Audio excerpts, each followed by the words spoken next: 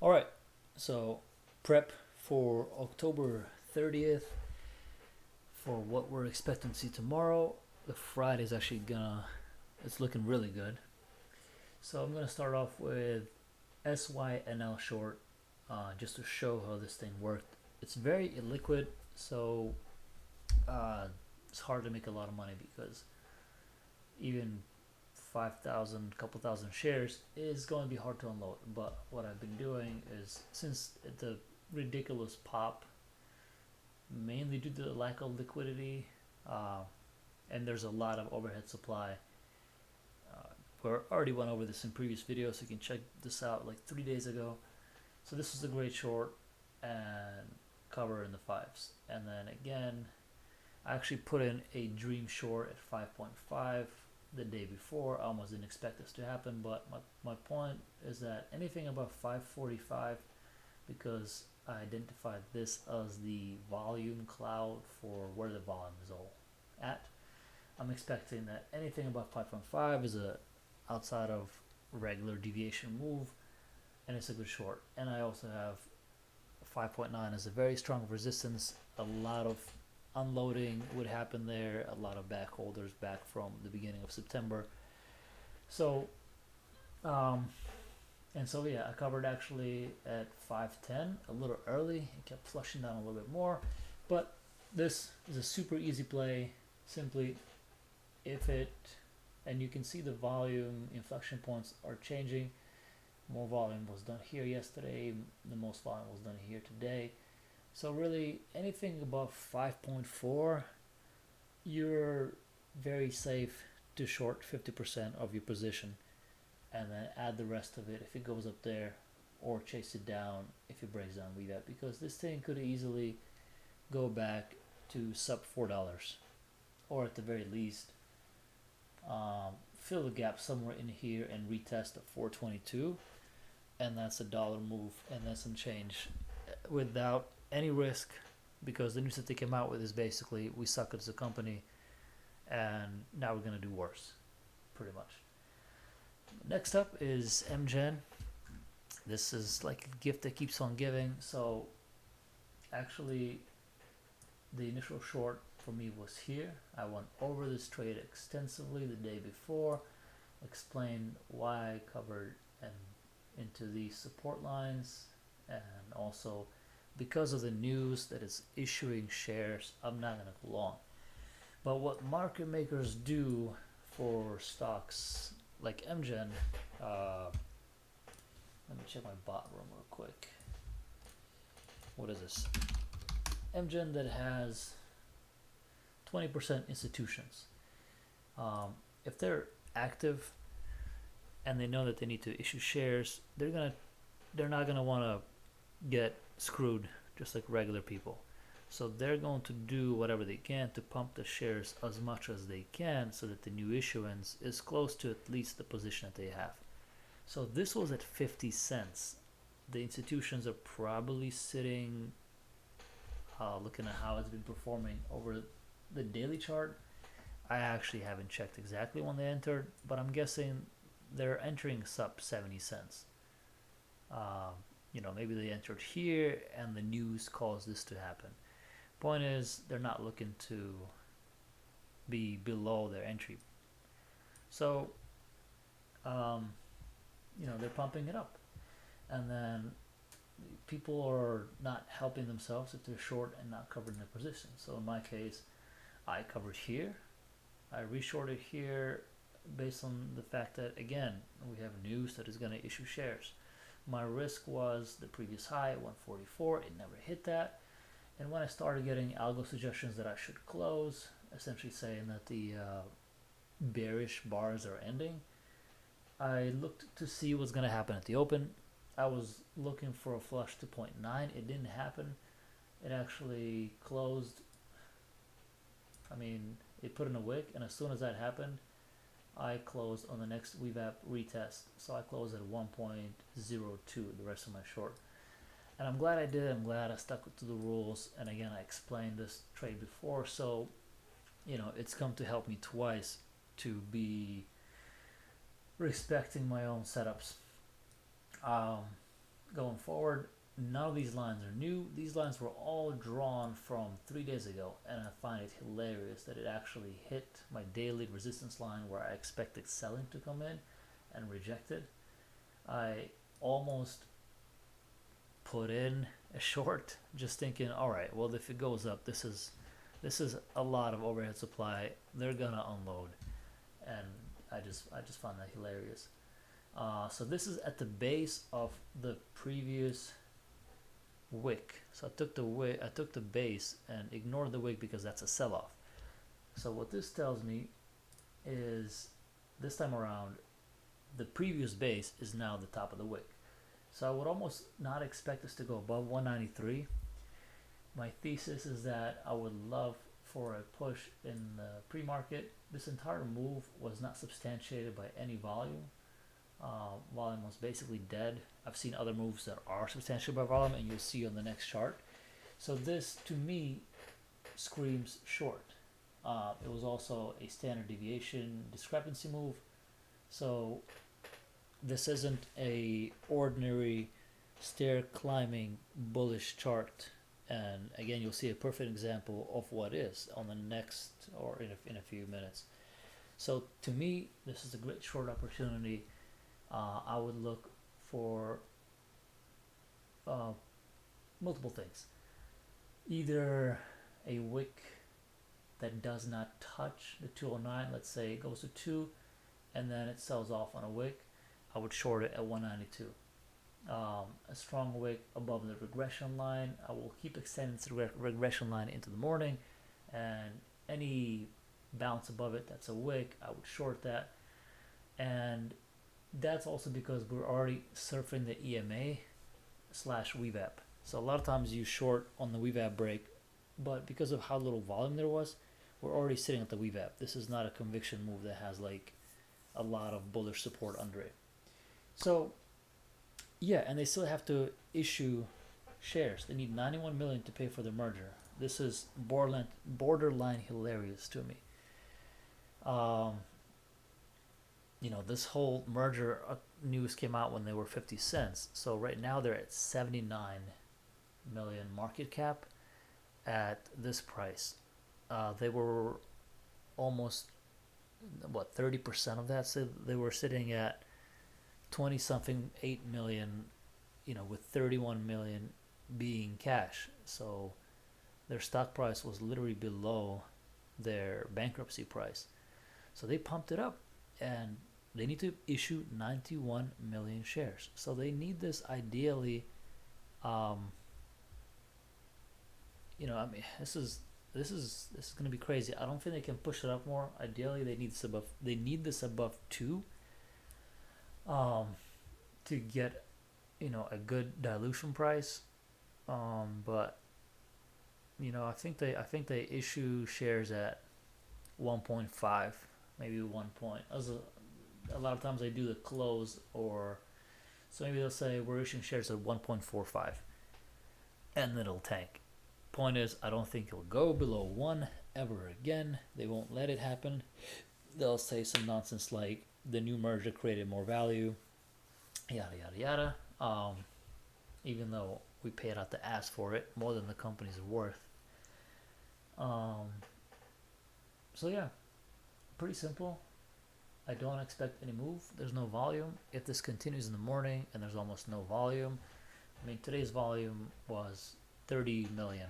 The only reason this even popped in first place is because the last 2 days, both days, shorts were 60% of the volume. And it's only 50 million, 55 million float. So yeah, market makers can't push us up. And again, they're doing this in after hours. So in the morning, right now, maybe some shorts covered, and then we're like, screw this, I'm out of here. And that's possibly what caused this pop. But I'm expecting a nice drop in the morning. So that's my main watch. If it goes above 209, that's absolutely ideal for me. I don't think it will, but if it somehow does that, there's even a bigger resistance point at 229, 230 that I've also had drawn there a long time ago. At this point on the daily, there were multiple days when it tanked. So if it somehow gets there, great. Honestly, if it even gets to 201, that would be a great short. So all around, this is looking lovely. And then keep in mind, it never actually went above adjusted on balance volume modified. So there isn't enough positive volume to even bring this into, oh, we're being bought territory. Moving on, next up that I'm looking at is POLA. This thing is a nice pump that keeps on dumping every time there's a hurricane or something like that. And of course, it happens constantly. It's a power electric company basically saying that if there's a hurricane, don't worry, we'll still have power type situation. So I remember shorting this back here at like when it retraced like above $4 because I had put in 452 as my daily resistance, and it hit that and then went down, and I think 430 was my entry, and then I covered somewhere below 3 a few days later. And you know, looking back at it, I wish I had held that short because it just kept dropping forever. And then it had another pop. I think I shorted this one too. I cannot remember. I think the same situation. I was looking at the previous support lines and I was saying, all right, if it breaks that and then breaks down, so somewhere below 5 I shorted it and again covered it in the 3 somethings. Honestly hard to remember. This one I generally missed. This was the easiest short. I mean, it's literally, you know, created so much overhead supply. And now we're kind of in a similar situation. We have all these buyers that have been there for a long time. They're like, oh, I'm going to average down, average down, average down. Oh, crap, I'm out of money. So their average, it might be closer to above 4. So if this somehow gets to, you know, like the wick that it put in is extremely telling. You know, without even looking at it previously, it looks like, yeah, so there's a lot of people in there and they're like, holy cow, it hit 399. I'm out. I'm so happy. I mean, this is a big rejection. Yeah, I'm surprised I didn't notice that earlier. What is the actual volume on this? Let's look it up real quick. Where's my volume? We look at this, 175,000 on this one, 64,000 on this one, 673 on a big red cell, 1 million right here, and almost 1 million there. Okay, so yeah, so these are real. These are important enough to be of note. People are definitely selling this off. So the reason this one even pumped is because there's another hurricane. It's a 5 million float with 61 insiders and 7 institutions and 23% shorts created over this last several days. So it's like they made it happen, and now it's popping. And it didn't even go to 449, which was the previous support. I would have loved for this to touch or act like this and just go just below it, just like it went just below the previous one, like within 25 cents, like a 425 would have been perfect. But even right now, I'm happy with what it is because I know there's more overhead supply. There are people who probably stuck in here, and this is most likely just short covering based on how big the short percentage is. The volume, okay, so what I wanted to say, the difference between why MGEN is a better short. If you take a look at this, there are no standard deviation discrepancies here. This thing is generally bullish. The shorts are covering, new people are averaging down and adding to the position. So whereas MGEN was a pop with almost no volume in after hours, this thing is consistently, you know, it's rising with millions, and it put in 98 million shares traded over an average of 425 and a float of 5 million, versus MGEN only put in 30 million and the stock price is half this. So having said that, I guess what I mean to say is this is a bullish move and I expect it to continue to go. Whereas MGEN, I expect it to drop. POLA, I expect it to go.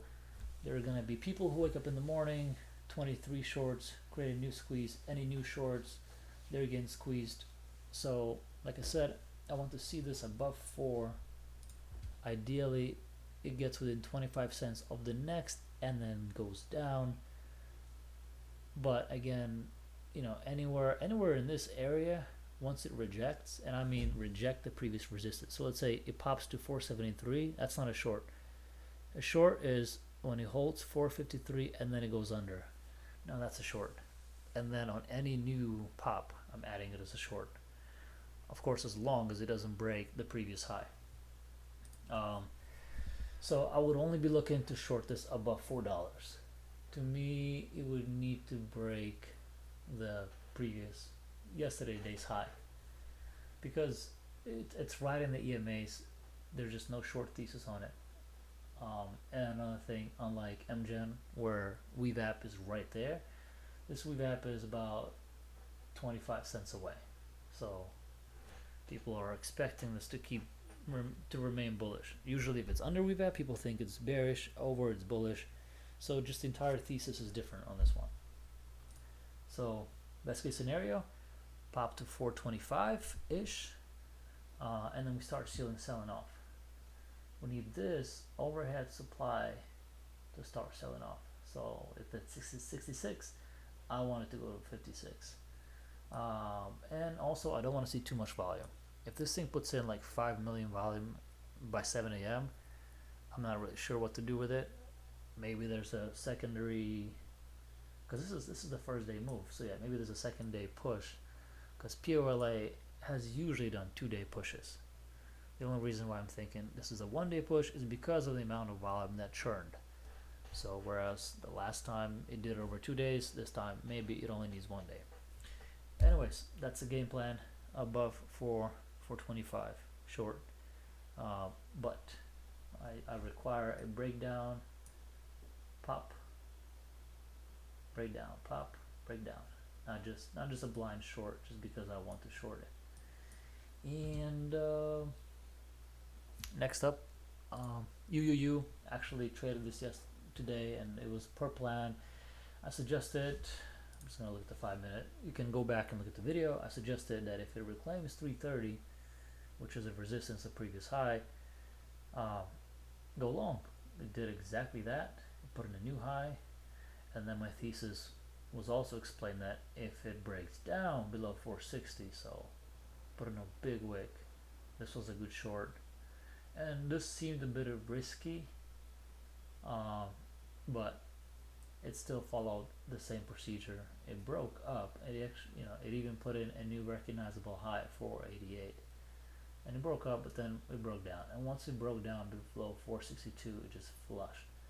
So, if you were able to realize that none of these candles closed, except for none of them closed with a clean close where there's no wick above 460. All of them on the 5-minute were just push up and push down. So it literally went just per the plan. I'm keeping it on watch because the news that came out was Garbaggio, which means it's still a short for me. It's very low flow. It's only 1 million. It traded 72 million shares. If we get half of that with 60% shorts, maybe this gets squeezed all the way to 4. Ideally, I want to see it above 409, and I think I would short blindly anything in this area. It has a lot of overhead supply, so I'm not all that worried. It created a lot of back holders over the last 2 days, actually.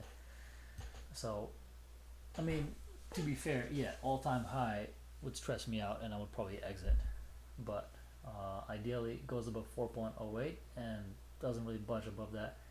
So 415, 416, 418, that would be my ideal short. I don't think I would touch this otherwise, just because of how good the MGEN opportunity is and how potentially good the POLA opportunity is. Next few things that I'm watching is SRRK, it actually acted properly. Third day short opportunity on something that pushes up due to high short percentage. It did exactly as it does it usually. It's like if you've done this long enough, you'll notice that on third day, a lot of crazy risers drop. My only issue with this is that they're issuing shares at $39 and it's already fully vested. Institutions are already willing to pay that, so they're likely not going to want to be in the negative from day one. So right now it's not a short. I need it to be above 42, above the regression line, but I don't want it to close above the regression line. I want to short it if it puts in a long wick, but at no point should it close. If it closes clean, I would likely cover the position. Otherwise, short somewhere here with a wick, perfect. And this could be a bigger short because I would expect it to go back to 40, 39, maybe even go slightly below and then get pushed back up. Another thing that I'm watching is DGLY. I'm watching this for the short. It's being pumped for the last few days. It gets a lot of pump and dumps situations every time there's a riot or a protest. Sorry, not a riot. And it's kind of the same situation. Multiple rooms are pumping it right now. They're saying this is going to be the next big runner because of the protest going on. But to me, what I see is it finally put in a lower low that's recognizable, and this could have been shorted. Anything above 2.6 I think is a really good short because it has more overhead supply at 2.95. So this thing would sell off either way.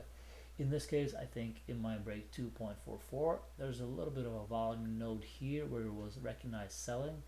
So if it gets here, 2.5, I'd say 50% short of a position and then write it down. The only thing that would worry me is if it's the most active trading stock. So I would just make sure that by 7 a.m. there's no more than 1 million shares traded. And a few other things that I'm still watching from the last videos mentioned. CYH, looking for the third day short. Like I said, this was day one, not shortable. Day two, a little dip, goes up a little higher, and day three could act exactly as SRRK. Again, people generally want to take profit, and shorters generally want to make money.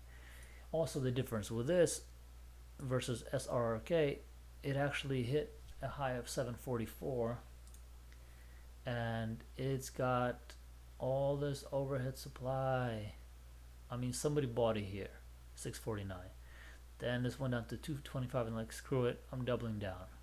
So they might be out, but other people going all in and they don't realize that that's not smart. And so they might be 100% in at 629 and they're thinking, oh my freaking God, I've been waiting for almost an entire year and I'm almost positive. So as soon as this thing starts selling off, they might be out. I mean, and this could have been some of that on the 5 minute, some panic of like, oh Jesus, stop losses, oh Jesus. But you know, they probably, well, point is, it's holding the lines from the day before. I want it below 596, put in a wick and go below, and then it's a short. So this is my plan. And the last one, last but not least, PECK. I actually like this one for a short. It had some nonsense PR that's not really big news, and it appropriately got sold off, and the yellow represents the selling volume versus the potential buying volume. We do have some buying going on, recognized here in blue versus red. So somebody bought it and there was some volume and potentially someone is still buying it. But when the after hours hit, that just died and this thing unloaded. However, after hours volume is always a little trickstery. So I mean, this is a volatile stock. You see what happens. There's different. It's not the highest float. I think it's at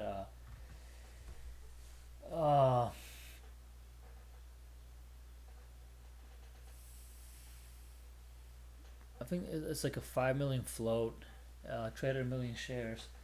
So ideally, anything above $7 is a good short. It put in the biggest wick of all the wicks in the universe on this resistance, and it even almost matched the body to the last day's morning. Um, so I would think it, if it clears VWAP, that's great. It is low float, maybe 720s, and that would be my short, 50% position. And there's reasons for this, like for example, the trend is only 12, which is really low. It's like arbitrary numbers, and then you have this whole situation where it's just selling off and everyone's underwater. So, yep. But again, main focus MGEN and POLA, just because they're higher, and if this pops or if CYH drops, which it might not, but for example, if PECK pops, if UUU pop, they're better shorts. But there's no guarantee that they're gonna pop, so I'll be watching them for sure.